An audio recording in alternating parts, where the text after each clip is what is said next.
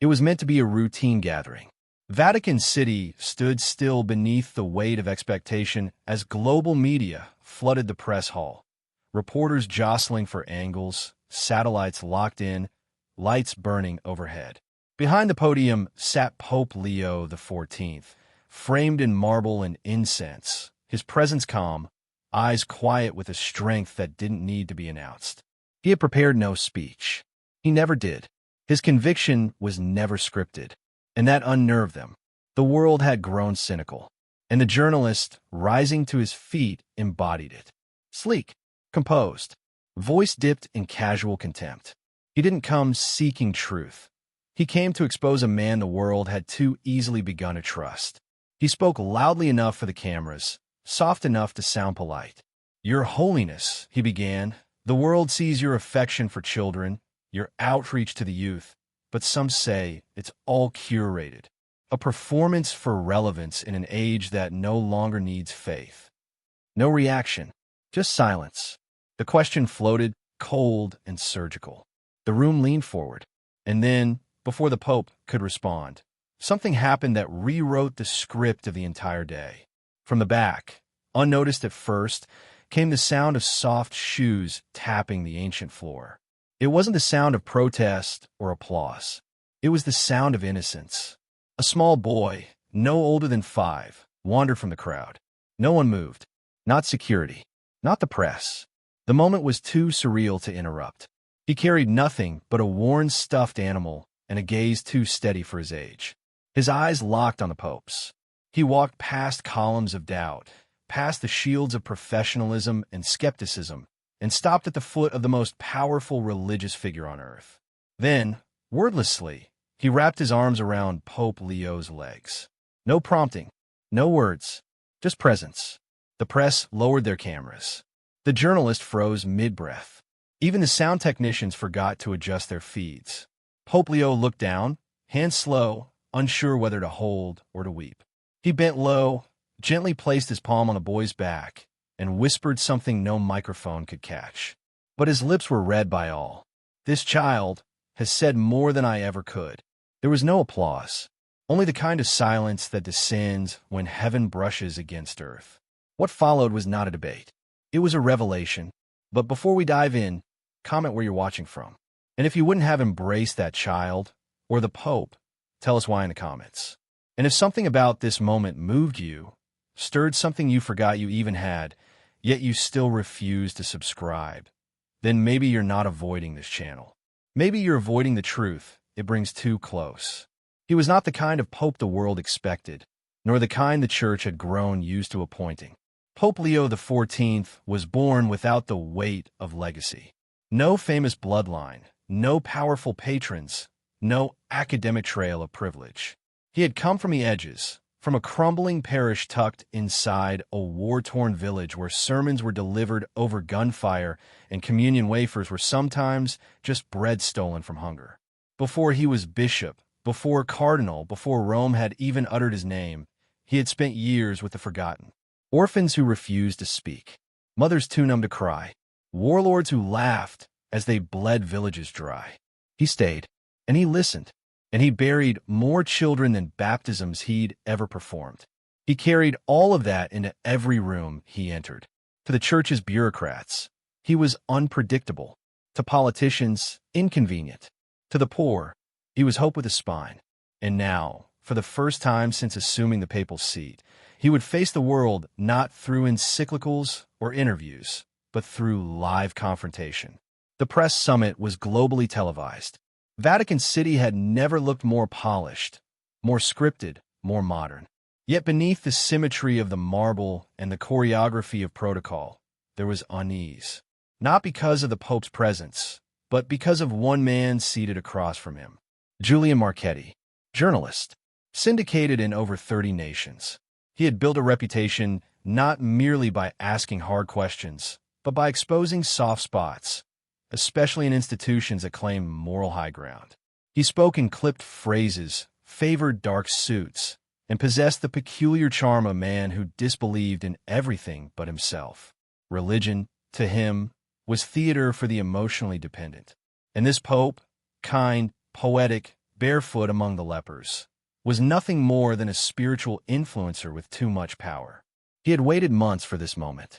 When Julian stood earlier to ask his first question, he had not expected interruption. Certainly not from a child. And yet here they all were, blinking in the wake of a 5-year-old's silent embrace. Julian sat, his face unreadable. The child had been escorted gently away.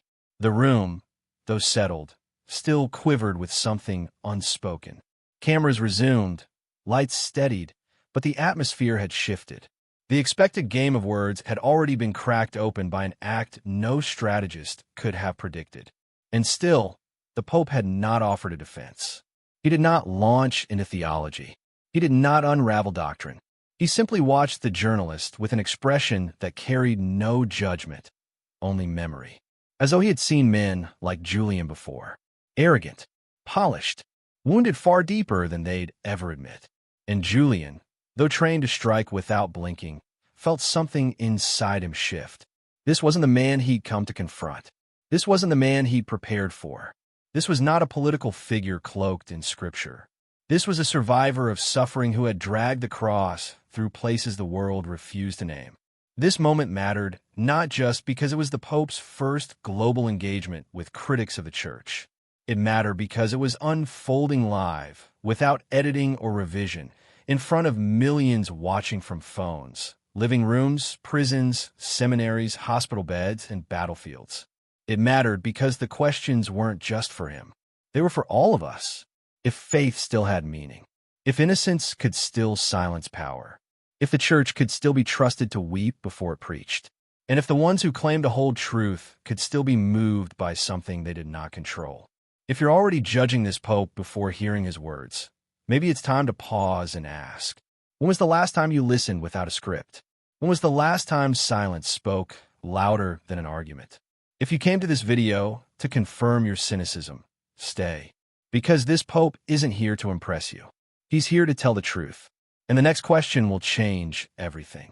Subscribe before the next moment exposes what part of you still resists grace. The cameras had recovered. The technicians had resumed their rhythm. But the atmosphere in the room still bore the impression of the child's embrace, a lingering softness that unsettled those who came for blood.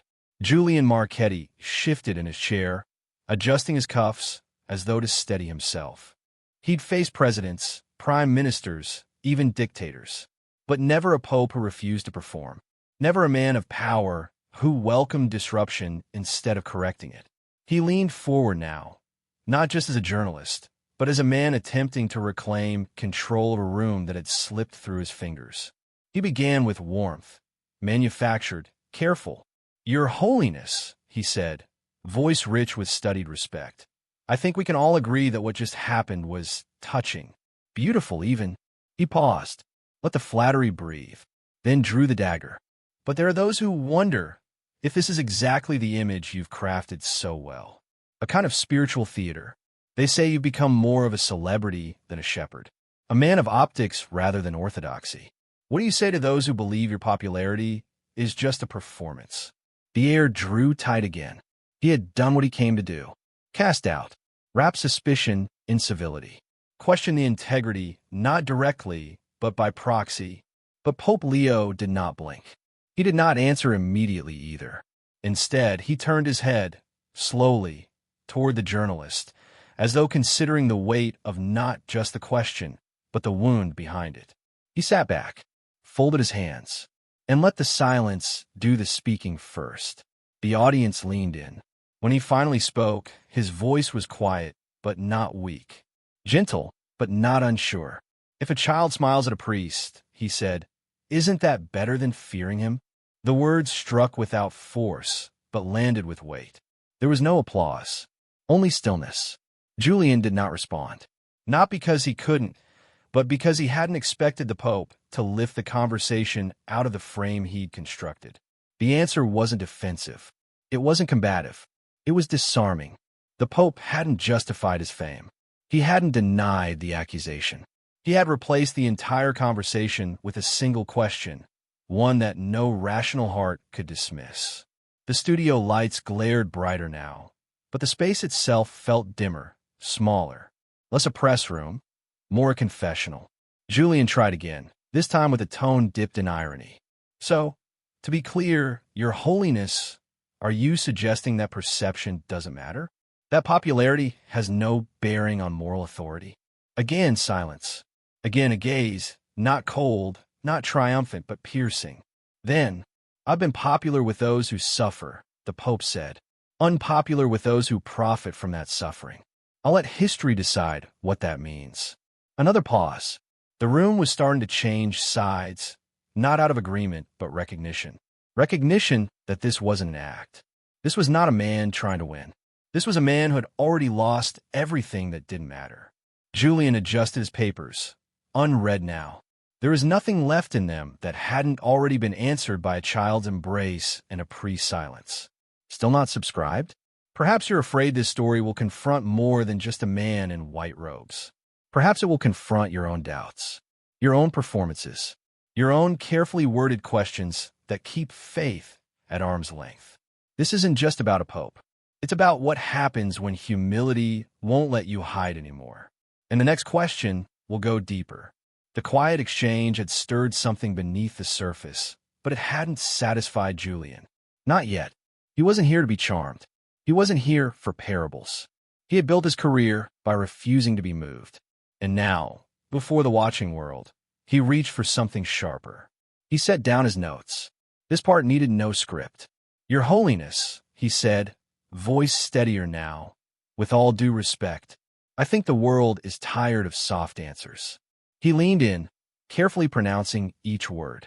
You speak of children smiling, of the poor finding hope. But critics say that's the problem. You speak in sentiment when the world demands solutions. Where is your condemnation of the systems that create those orphans? Of the clergy who've done more harm than good? Some say you use love as a veil, one that shields tradition instead of challenging injustice. There it was, no longer veiled, no longer wrapped in politeness. The accusation now lay bare, naivete disguised as holiness. The room didn't gasp. It breathed in, slowly waiting. Pope Leo didn't blink. His shoulders, already low, seemed to settle even deeper into the weight he carried. And when he spoke, he did not defend doctrine. He told a story. I once shared a stale piece of bread, he said quietly, with a girl in Aleppo. She had no shoes. Her father had just died in the street. She looked at me with trembling hands and called me God. He paused, not for effect, but for memory. I had to tell her I was just a man. He looked directly at Julian now, not to confront, but to reveal. She didn't need me to dismantle empires in that moment. She needed someone to hold the silence with her, to stay. Not explain. His voice didn't rise, but it deepened. You think my faith is naive? Then you haven't seen what I've seen. I've stood with priests executed for sheltering families. I've buried children whose only crime was carrying water in the wrong neighborhood. I've seen power with rifles tremble in the presence of a wooden cross. Now, the silence returned, but this time it didn't feel neutral. It felt heavy, thick, consecrated. He turned toward the audience, not just in the room, but the millions watching. You believe I use faith to shield institutions. I use it to confront them, but not with slogans and statements, with witness. Then he said it. Power doesn't corrupt faith. Power fears faith. The words didn't echo. They lingered. Julian said nothing, not because he was silenced, but because he was seeing something he hadn't prepared for. This wasn't the moral ambiguity he'd built his arguments upon. This wasn't diplomacy. It was fire, quiet fire. The Pope wasn't hiding behind peace. He was wielding it, not as a retreat, but as a rebuke. If this voice of humility moves you, but you stay silent, if you nod but refuse to speak, if you watch but never subscribe, if you're stirred but don't act, then maybe you've forgotten that silence can also be a form of disbelief. And belief, real belief, doesn't watch truth walk by without following. Stay. The next answer will cost more than pride. Julian's jaw tensed. His hands, always so controlled, twitched slightly as he gathered his breath. The Pope had refused to be drawn into a shouting match. Worse, he had turned every accusation into something unshakably human. But Julian wasn't done. "So you're saying love alone is enough?" he asked, voice sharper now, almost desperate to pierce the armor of stillness. "With all due respect, that's political nonsense. That's not leadership. That's poetry. People are dying, and you're offering metaphors." He leaned forward, elbows on the table now. "Is that all the church has left?" And for the first time, Pope Leo did not respond. He looked at Julian, long and hard, but he did not speak. His silence was not retreat, it was resistance, and it said more than any rebuttal could. And then, without cue, without script, without permission, it happened. A movement, small, simple. From the side of the hall, where security had grown relaxed in the quiet, came a child. The same one from before. Escorted out, somehow returned. This time, even more quietly. He moved down the aisle again, unnoticed until it was too late to stop him. His steps were slow but sure, his arms now free of the stuffed lion. He didn't look left or right, only forward. The journalists turned, some with confusion, some with irritation. But no one stood. And then the child did something no adult in the room could have conceived. He reached the dais, climbed 3 shallow steps, and stood before the Pope.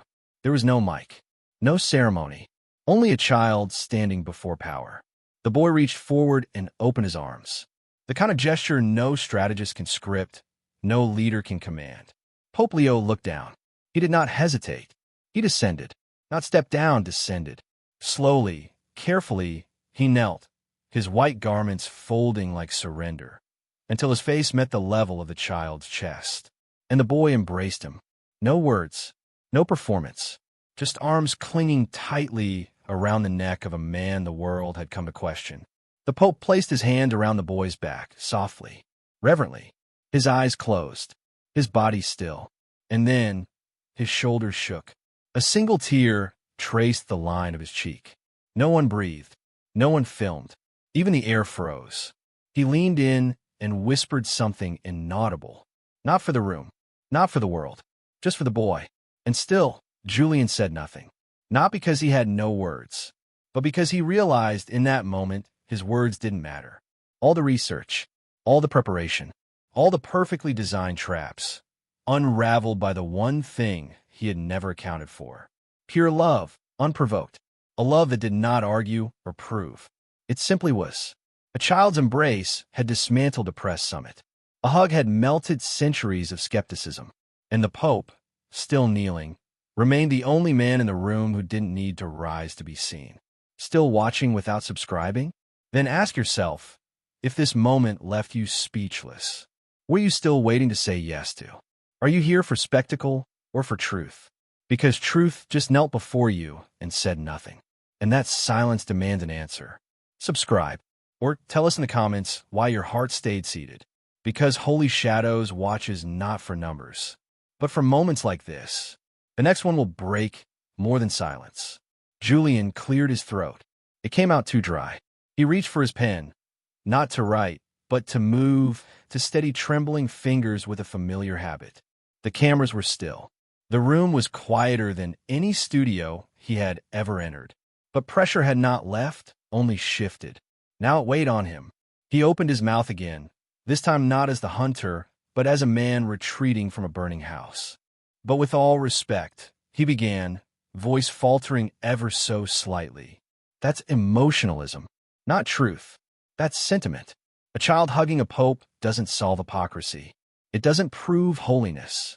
He tried to summon firmness, but even he could hear it. It wasn't a challenge anymore. It was a plea. The Pope slowly rose from his knees, his shoulders square, but not rigid. His eyes met Julian's, not as a rival, not even as a priest to a journalist, but as a man to another man who had forgotten where he buried his own innocence. Pope Leo didn't smile. He didn't argue. He said calmly, "You confuse performance with purity." Then he paused, let the weight settle before adding, so softly it almost sounded like mourning. That child knew more about God than any of us. A stir passed through the back rows. Reporters shifting, not out of discomfort, but disarmed. One woman lowered her camera. Another, sitting behind Julian, brought a hand to her mouth, hiding the tremble in her chin.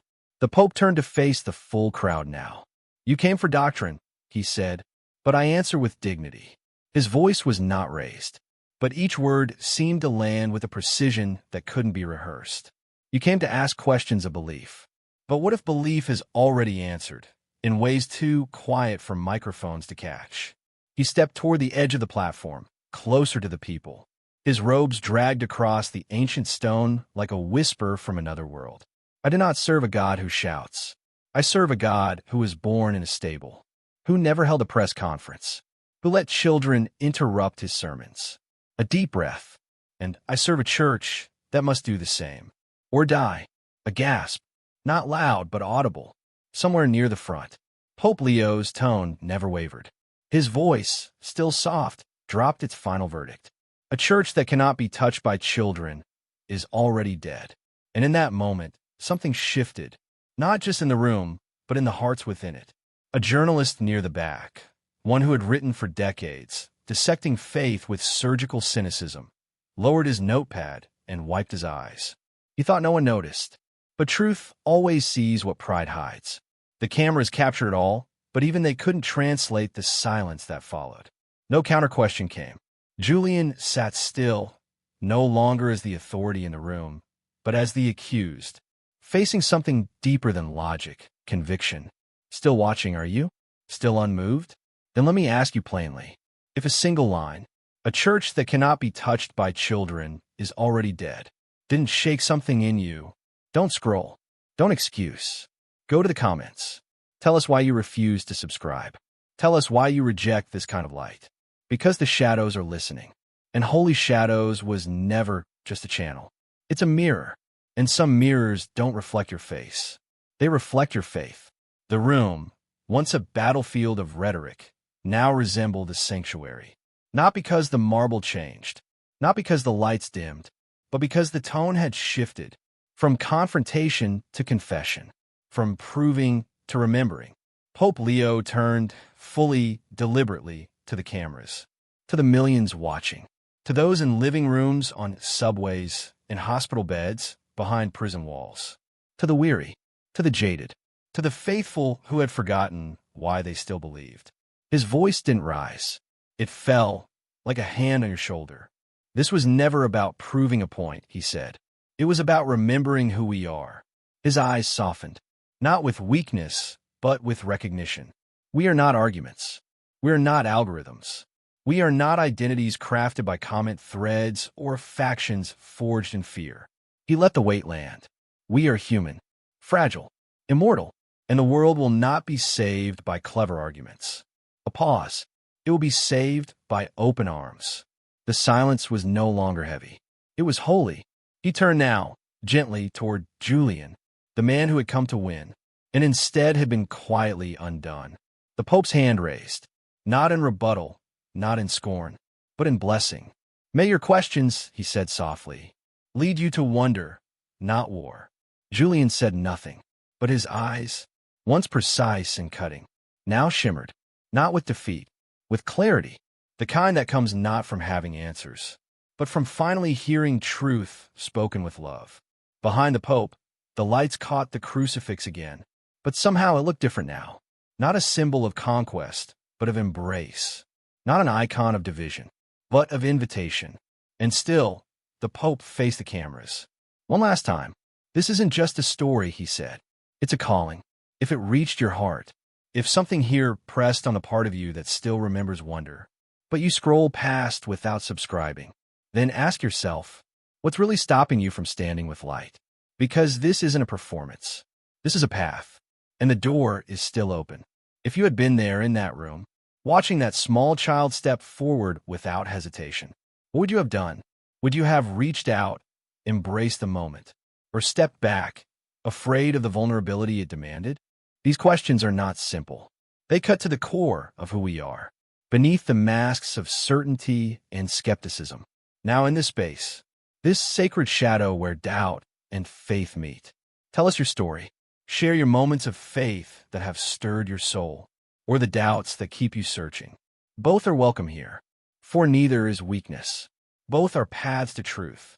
May your heart remain soft enough to receive grace.